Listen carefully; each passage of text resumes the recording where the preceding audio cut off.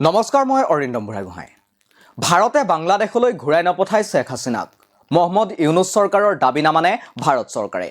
শ্বেখ হাছিনাৰ বিৰুদ্ধে গোচৰ চলাবলৈ বাংলাদেশ চৰকাৰে প্ৰত্যাৱৰ্তনৰ অনুৰোধ জনাইছিল যদিও ভাৰত চৰকাৰে শেহতীয়াকৈ গ্ৰহণ কৰা পদক্ষেপে শ্বেখ হাছিনা ভাৰততে থকাটো নিশ্চিত কৰিছে। উল্লেখ্য যে বাংলাদেশত সংঘটিত সংৰক্ষণ বিৰোধী আন্দোলন উগ্ৰ হৈ পৰাত স্বদেশৰ পৰা পলায়ন কৰি ভাৰতত আশ্ৰয় লৈছিল তদানীন্তন বাংলাদেশৰ প্ৰধানমন্ত্ৰীগৰাকীয়ে। আগষ্ট মাহৰ পৰাই ভাৰতত আশ্ৰয় লৈ আছে চুবুৰীয়া ৰাষ্ট্ৰখনৰ প্ৰাক্তন প্ৰধানমন্ত্ৰীগৰাকীয়ে। তাৰ পাছতে বাংলাদেশত গঠন হয় অন্তৰ্বৰ্তীকালীন চৰকাৰ।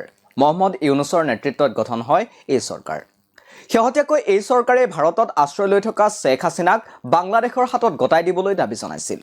কাৰণ বাংলাদেশৰ আদালতত শ্বেখ হাছিনাৰ বিৰুদ্ধে গোচৰ চলাব বৰ্তমানৰ চৰকাৰে। শ্বেখ হাছিনাৰ বিৰুদ্ধে হত্যা, অপহৰণ তথা দেশদ্ৰোহিতাৰ অভিযোগ উত্থাপন হৈছে বাংলাদেশত। মন কৰিবলগীয়া যে ভাৰত আৰু বাংলাদেশৰ মাজত 2013 চনতে স্বাক্ষৰিত হৈছিল প্ৰত্যাৱৰ্তন চুক্তি। এই চুক্তি অনুসৰি যদি বাংলাদেশত ভাৰতৰ কোনো অপৰাধী ধৰা পৰিছে তেন্তে সেই অপৰাধীক ভাৰতৰ ওচৰত সমজাই দিব লাগিব। আৰু যদি ভাৰতত কোনো বাংলাদেশৰ অপৰাধী ধৰা পৰিছে সেই অপৰাধীকো সমজাই দিব লাগিব।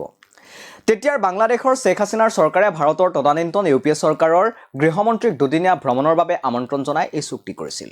এই চুক্তি অনুসৰি বাংলাদেশৰ জেলৰ পৰা আলফা নেতা অনুপ চেতিয়াক ভাৰতে ঘূৰাই আনিবলৈ সক্ষম হৈছিল। ঠিক সেইদৰে শ্বেখ হাছিনাইও তেওঁৰ দুই পিতৃসন্তাক ঘূৰাই নিছিল। শ্বেখ হাছিনা চৰকাৰে ভাৰতৰ সৈতে কৰা এই চুক্তিৰ পৰা দুয়ো দেশে লাভ উঠাইছিল। প্ৰত্যাৱৰ্তন চুক্তি অনুসৰি কোনো ব্যক্তিক দুয়ো দেশে তেতিয়াহে ঘূৰাই দিব যেতিয়া তেনে ব্যক্তিৰ বিৰুদ্ধে অতি কমেও এবছৰ বা তাতোধিক গুৰুতৰ শাস্তিযোগ্য অপৰাধৰ গোচৰ থাকে। আৰু কেৱল এই শাস্তি এখন দেশৰ বাবে নহয়, দুয়োখন দেশৰ আইন ব্যৱস্থাতেই থাকিব লাগিব। সেই অনুসৰি শ্বেখ হাছিনাক বাংলাদেশৰ হাতত ভাৰতে গতাই দিয়াৰ থল আছিল। কিন্তু তাৰ সলনি ভাৰতে শ্বেখ হাছিনাৰ ভিজাৰ ম্যাদ বৃদ্ধি কৰি ভাৰততে থকাৰ সুযোগ প্ৰদান কৰিছে। শ্বেখ হাছিনাক ভাৰতৰ এক সুৰক্ষিত স্থানত ৰখা হৈছে বুলি জানিব পৰা গৈছে। হাছিনাৰ ভিজাৰ ম্যাদ বৃদ্ধিত গৃহ মন্ত্ৰালয়ৰো সন্মতি আছে, এনেকৈয়ে সংবাদ মাধ্যমত প্ৰকাশ পাইছে। উল্লেখ্য যে বাংলাদেশ চৰকাৰৰ প্ৰত্যাৱৰ্তনৰ দাবী ভাৰতে অস্বীকাৰ কৰাৰ সুযোগ আছিল, কাৰণ এই সুযোগ প্ৰদান কৰিছে খুদ প্ৰত্যাৱৰ্তন চুক্তিয়ে।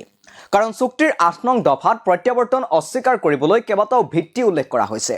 সেই অনুসৰি ভাৰতে শ্বেখ হাছিনাৰ প্ৰতি উত্থাপিত অভিযোগৰ কোনো ভিত্তি নাই বা সেই অভিযোগৰ প্ৰমাণ কৰিবলৈ কোনো সুদৃঢ় প্ৰমাণ নাই বুলি বাংলাদেশৰ দাবী অস্বীকাৰ কৰিব পাৰে। লগতে ভাৰতে বাংলাদেশক এই পৰামৰ্শও দিব পাৰে যে তেওঁলোকে শ্বেখ হাছিনাৰ বিৰুদ্ধে তেওঁলোকৰ আদালতত গোচৰ চলাওক। কিন্তু ভাৰতে এই পদক্ষেপ গ্ৰহণ কৰা নাই। আনকি ভাৰতে বাংলাদেশক তেনে কোনো পৰামৰ্শও প্ৰদান কৰা নাই। তাৰ সলনি শ্বেখ হাছিনাৰ ভিজাৰ ম্যাদ বৃদ্ধি কৰি ভাৰতে বাংলাদেশলৈ দিছে এক স্পষ্ট ইংগিত। ভাৰতে বাংলাদেশৰ হাতত গতাই নিদিয়ে বাংলাদেশৰ প্ৰাক্তন প্ৰধানমন্ত্ৰী শ্বেখ হাছিনাক। আপোনালোকে চাই আছিল দি ক্ৰছ কাৰেণ্ট, আৰু ইয়াৰ লগে লগে ষ্টুডিঅ'ৰ মজিয়াৰ পৰা মই অৰিন্দম বুঢ়াগোহাঁই বিদায় লৈছোঁ। ধন্যবাদ।